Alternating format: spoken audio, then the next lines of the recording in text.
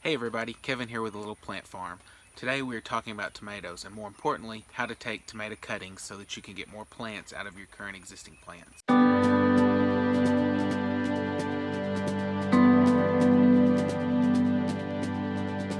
As many of you know, we grow several types of tomatoes in our high tunnel. We sell off a lot of the extras that we grow at the market, or we set up in town and sell to the local public there, and we take orders. Well, as the summer's gone on and it's gotten hotter, our tomato production has decreased significantly. Part of it is because the heat has caused the blooms to fall off. Other is the weeds kind of took over and got ahead of us, and we weren't able to keep up with them with all the other obligations we have to keep up with. And so our plan is now, since we're in a slower time, our quality's gone down, our quantity's gone down. So my plan is to go through and I'm going to take cuttings off the suckers of the tomato plants that we have that did best this summer, and I'm going to root them and replant and hopefully have another crop of tomatoes this fall. With that, with it being in the high tunnel, as long as we keep the temperatures up and it not frost, we should be able to have a pretty good thing. I'm hoping maybe beginning of September, middle of September, we'll have some and maybe get a good month's harvest out of them. I mean, another few weeks will be great. We've got several people who are still wanting tomatoes, but we're just not able to supply what we were able to do in the past. And we also realized some of the varieties that we planted were not the greatest to have in the high tunnel. They didn't do very well. They grew up to about chest high and just kind of stunted out. We've got some that have grown up probably 8 or 9 feet tall, and they're still growing and the plants look good, but they're not producing tomatoes anymore. It's like I said, with the heat and all, the blooms are falling off, and we're just looking for another alternative to try to increase or extend our tomato harvest since we have lost out on these. We'd hoped that these would be able to make it all summer long. We put shade cloth on the high tunnel to try to help with that, but it just didn't work out. This is our first year growing in this high tunnel. This year we grew probably 20 something different varieties of tomatoes in this high tunnel. Part of them we just planted a few plants of each one to try to see what we liked because we'd never grown them before. But we planted a good number, probably 65 to 80 plants each, maybe even more, maybe 60 to 90 plants each, of Better Boy, Park Swapper, Celebrity, and Early Girl. What we found to work best in the high tunnel that provided the best quality tomato and the best quantity of tomatoes during the summer so far was the Park Swapper. So today, what this video is about is mainly to show you how to take cuttings of tomatoes so that you can root them and have multiple plants off the ones you have and not have to wait for a seed to propagate and grow. At this point in the summer, if we tried to grow from seed, we would not be able to get another crop this fall. I'm hoping that with us taking cuttings of these tomato plants that we already have, that we'll be able to get them rooted and in the ground and have another fall crop. Hopefully that'll be from, I don't know, a 4 to 6 week harvest. It just depends on how the fall goes. If it's a late frost and the temperatures stay warm like they did the last couple of years, then we can probably even extend it more than that. But I'm hoping to have a harvest at least through September, maybe even into October. And if we're lucky, we might get to start harvesting at the end of August, but I just don't see that happening this late in the game because we're almost to the middle of July now. Okay. This is one of the tomato plants we plan on taking our cuttings from. This whole row is actually what we're going to be removing them from. If you'll notice, this is like the main stem here that's going up, the leaf node, and then this little piece in the middle that grows between the leaf node and the main stem, that's a sucker. That's what we're going to be taking cuttings from to root to make new plants. So what we're going to do, I'm not going to video it, but I'm going to go through and take cuttings of several of these suckers off of the main plant, and I'm going to put them in a bucket with water to keep them moist because it's pretty hot out today, until I can get them to our smaller greenhouse where I'm going to show you the process for potting them up and rooting them, and then in a later video we'll show you what our progress was and how it turned out. Now I'm going to put the camera down so I can have both hands, and I'm going to work on taking these cuttings, and as soon as I get a group done, I'll be back with you to show you the rest of the process. Okay, I'm back. I've taken all the cuttings I'm going to take for today. Now I'm going to show you the process for sticking them in the pots and how to go about that. Tomatoes is one of the easiest things to root. There is a couple things though. Normally I just stick them in the pots to see, but since I'm shooting this video, I figure I might as well test to see. For a lot of our hardwood cuttings or semi-hardwood, we use Dip and Grow, which is a liquid rooting hormone. You mix it depending on what it is. Since these are softwood cuttings and really easy to root, we did 1 to 20 parts water.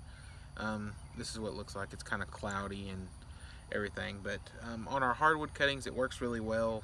Semi-hardwood, it works too. We use it for like our blackberry bushes, rose bushes, things like that, and it works really well. Normally on tomatoes I don't use it, but I figured that I might as well give it a shot and see what happens. We'll see if we can see any major difference or if they all pretty much look the same. So this is one of the cuttings I took. They're a little droopy now because we had somebody show up in the middle of our process that we weren't expecting, so I think they'll still be fine once they get water again, but they weren't this droopy when we started. With the cuttings, what I normally do is, like on the bottom, I snip off the first few leaves.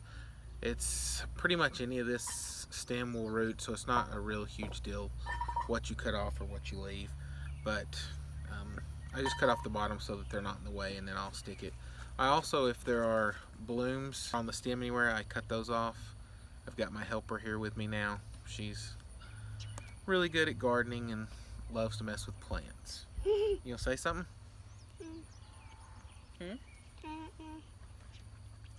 You don't know?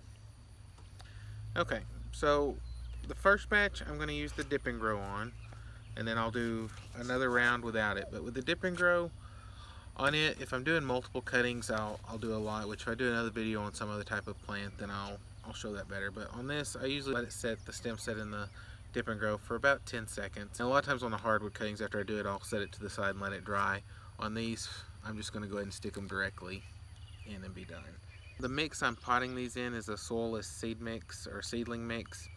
You can pretty much use anything. I've used a lot of stuff, different types of soils, but it works pretty well for rooting things. I've also got composted pine bark that I use for a lot of my semi-hardwoods.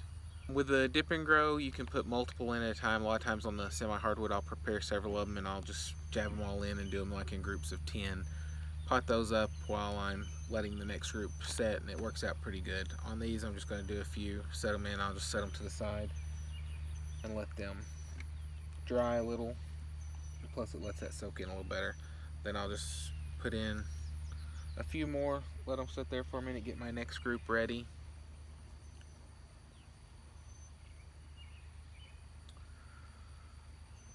Take those out.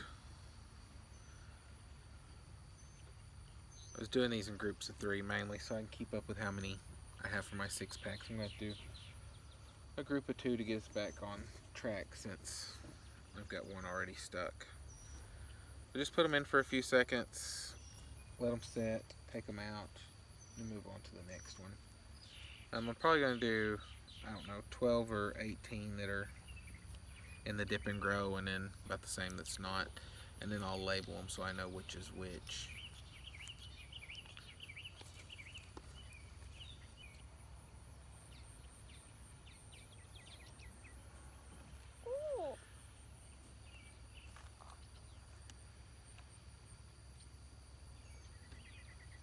Okay, so all this group here has been done and put in a Dip and Grow. I'm going to go ahead and stick those.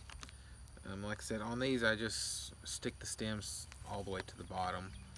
And whenever they bottom out, then we know that's good.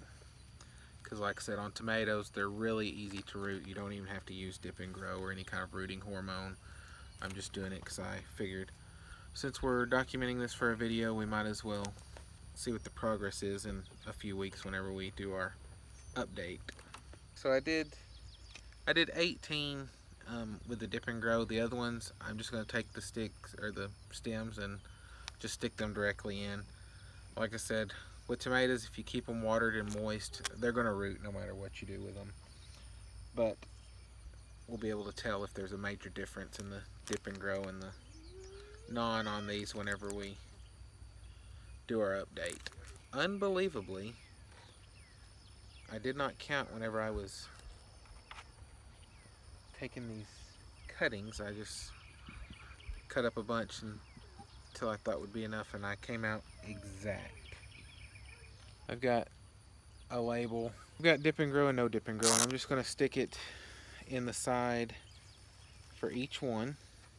The front 2 rows on the bottom here are the Dip and Grow. The back 2 rows are the no Dip and Grow. It'll probably be 2 weeks before we can do an update. I think in 2 weeks we probably should be able to pop them out of these 6 packs and see some root growth. It may not be a whole lot, but I think we should be able to see something. But as soon as we can, I'll post. I may check them in a week to kind of see how they're looking then, but most likely it'll be 2 weeks because I don't want to run these, because we're wanting to use these to start our second round of fall tomatoes in the high tunnel. So with that, it's a pretty simple process. You just have to go through your tomatoes, cut off the suckers that you're going to use, trim them up a little bit. If they have blooms on them or blooms starting to form, make sure that you cut those off. There's one I missed. You just don't want these to start flowering. Tomatoes are one of the easiest things you can root. We've rooted everything from hydrangeas to rose bushes, blackberries, figs.